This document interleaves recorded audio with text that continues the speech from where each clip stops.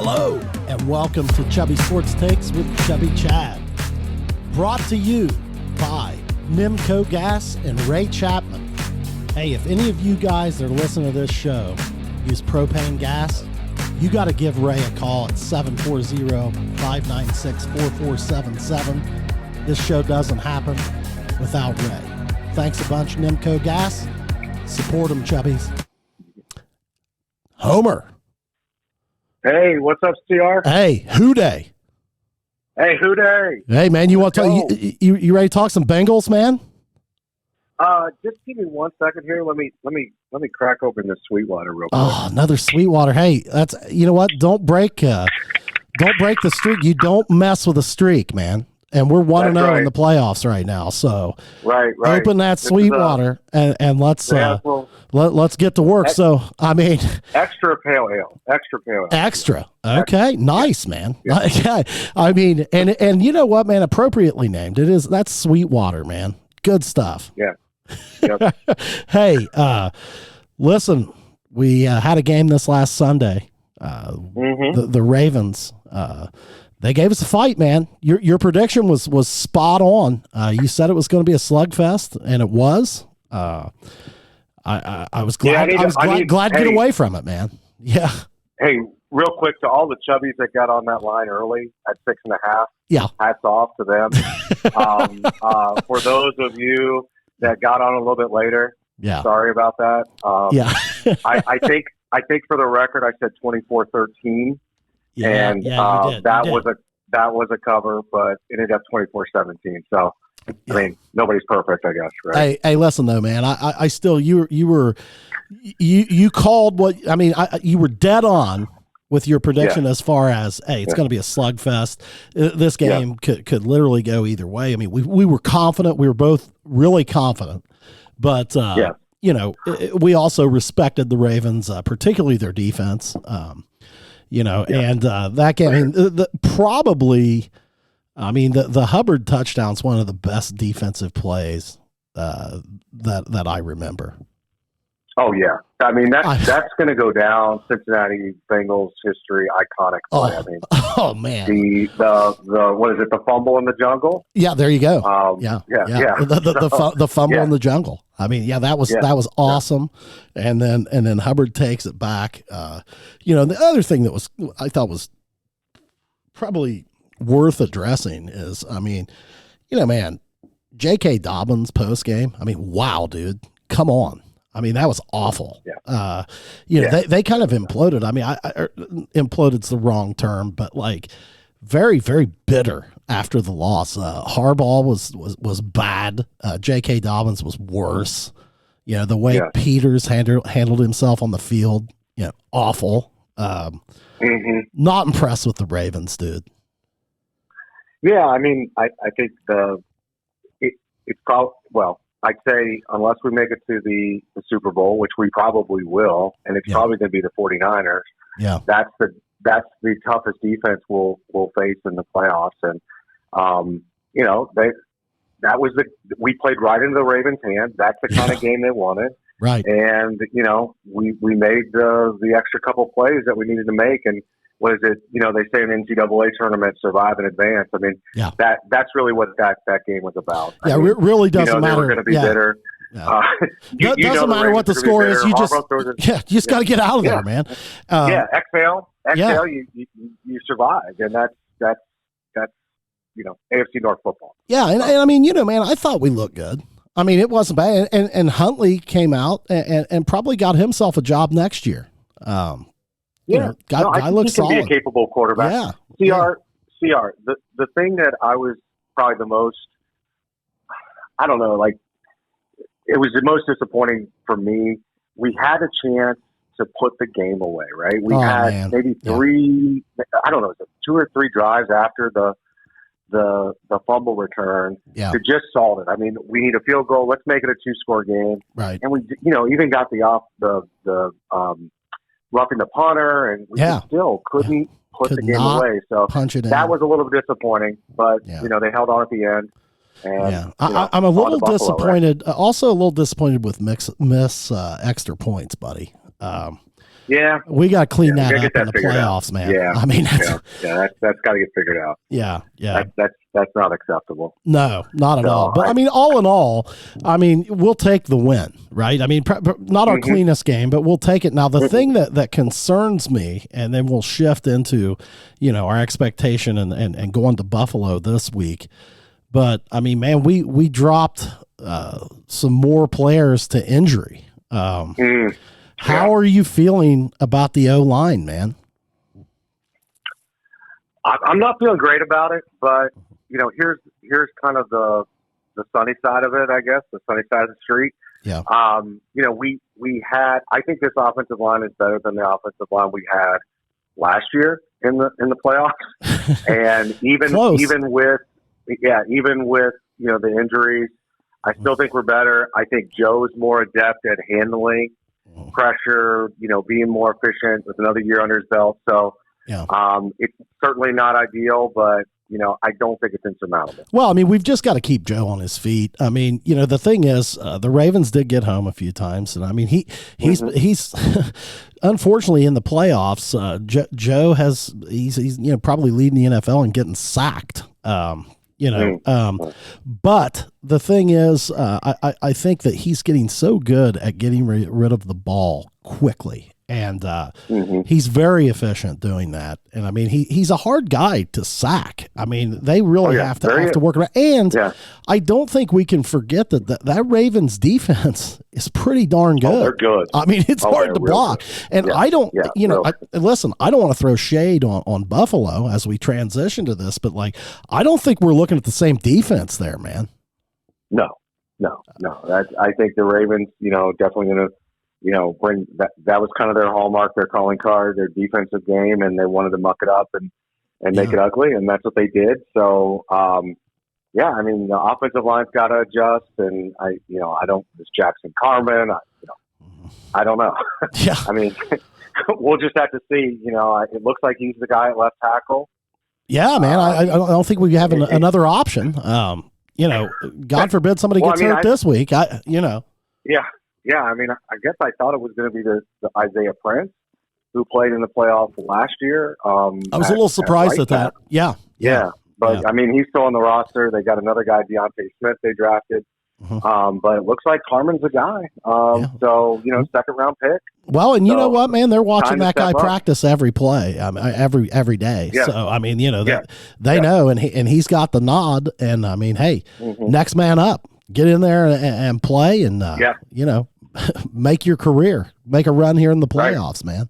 But so, we're going to, as we said, we're going to Buffalo. Right. I think everybody expected and anticipated this game. It's a big one. I think it's the biggest game of the weekend coming up. And, on the road in Buffalo, I mean, they're kind of America's darling team right now. They have been through a lot. Of course, we all witnessed that. I would, DeMar walking around now doing great. I'm sure that there'll be. I'm sure that's inspirational to the team. What do you expect? I mean, how good is this team? Does the matchup worry you more or less than the Ravens?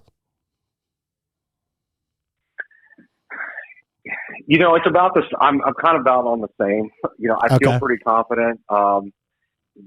It's just way different than last week, right? With being at home against the Ravens and just kind of where their strengths are and just kind of what you're going to be facing here at Buffalo. Real quick though, just sidebar, CR. Yeah. NFL, NFL is disrespecting the Bengals here. I mean, we've got the NFL releasing ticket sales for an AFC Championship neutral site game for Bills Chiefs. Hey, get your tickets this week. Yeah. And I understand people got to travel. I understand there's things there, but man, I don't think that's sitting well in the Bengals locker room. I hope it's not. And I mean, I think there's a lot of people from Cincinnati who would like to go to that game. Yeah, yeah. And hey, it might end up being in Cincinnati.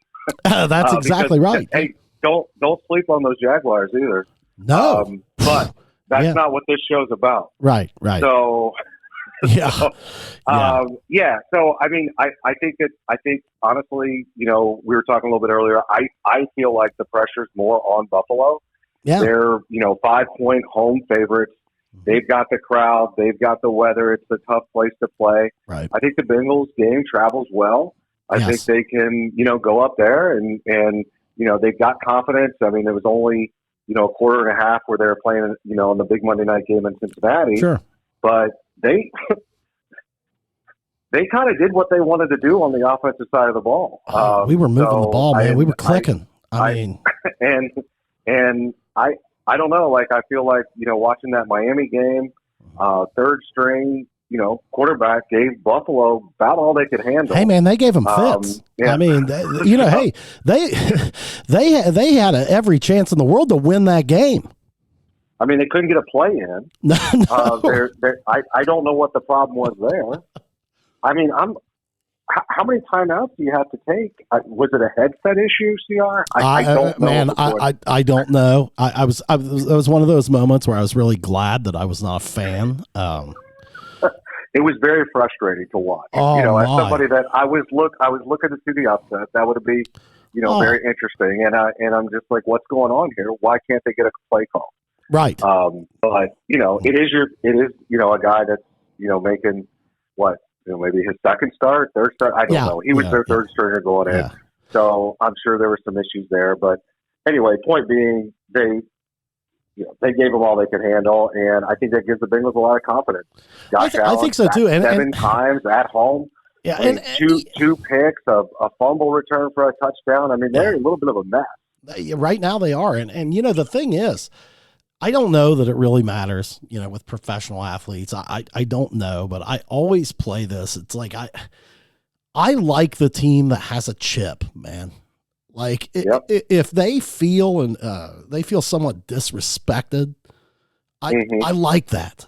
Like I'd like to see us come up there, just be a little bit chippy, man. Come up there with a little bit of an attitude. Let's go.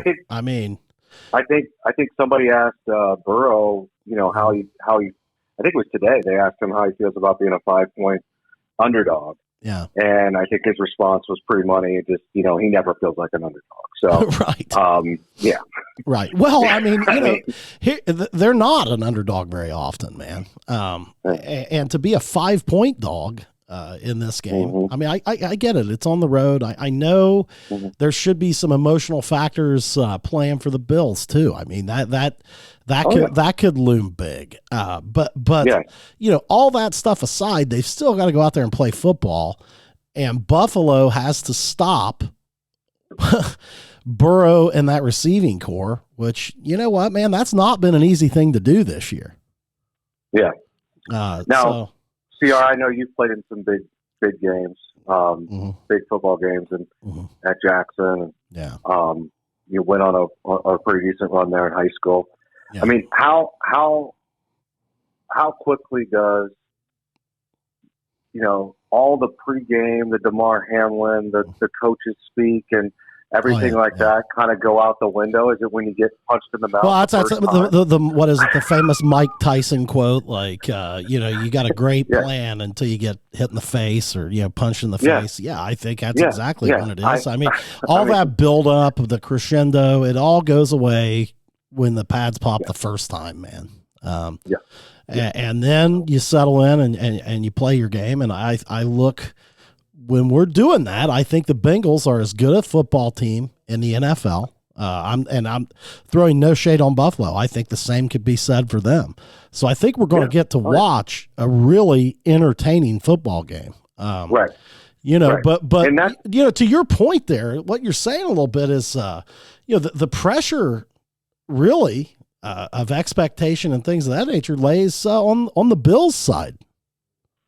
Yeah, I mean, you think Bengals against the world, right? I mean, hey, CR, if I'd have told you, week 3, all right, we're 0-2, right? Okay, we're 0-2, we're going to win, 10 games in a row or whatever it is, maybe 9. Yeah. We're going to win a home playoff game, and we're going to put ourselves in a position to go to the AFC Championship game. Yeah. What more could you ask for, right? We're there. Yeah. I mean, it's just a matter of, how this game unfolds and how, it goes. With what the team has done to put themselves in a position to advance and get another shot at the AFC Championship is, that's why you play the regular season. And, so we're there. Just a matter of, hey, now get out there and go 1-0, man.